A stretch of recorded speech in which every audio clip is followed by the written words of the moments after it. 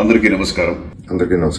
2001 లో రిలీజ్ అయిన ఒక పెద్ద block buster movie Hanuman junction ఇప్పుడు ఈ 28th రీ రిలీజ్ కాబోతుంది. ఫస్ట్ రిలీజ్ లో నేను ఎంత ఎక్సైటెడ్ గా ఉండేవాడినో ఈ రోజు కూడా ఈ రీ రిలీజ్ లో కూడా నేను అంతే ఎక్సైటెడ్ గా ఉన్నాను. 99 సినిమాలు హీరోగా చేశాను.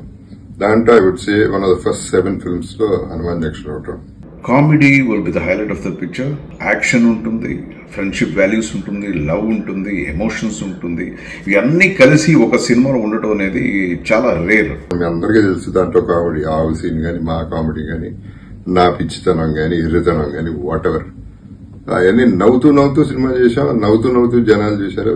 ఇవాళకి నవ్వుతూనే ఉన్నామంటే అది హనుమాన్ జంక్షన్ కారణం. దానికి డైరెక్టర్ రాజా, ఈ సినిమా ద్వారానే డైరెక్టర్ రాజా ఇంట్రొడ్యూస్ చేయబడ్డారు.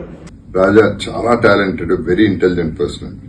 ఈ ప్రూవ్డ్ పాయింట్ హనుమాన్ జంక్షన్. ఇంకోటి ఇంపార్టెంట్ ఏంటంటే సినిమాలో నాకు ఒక మంచి మిత్రుడు దొరికాడు. That is Jagapathi Babu. Bumper offer Arjun.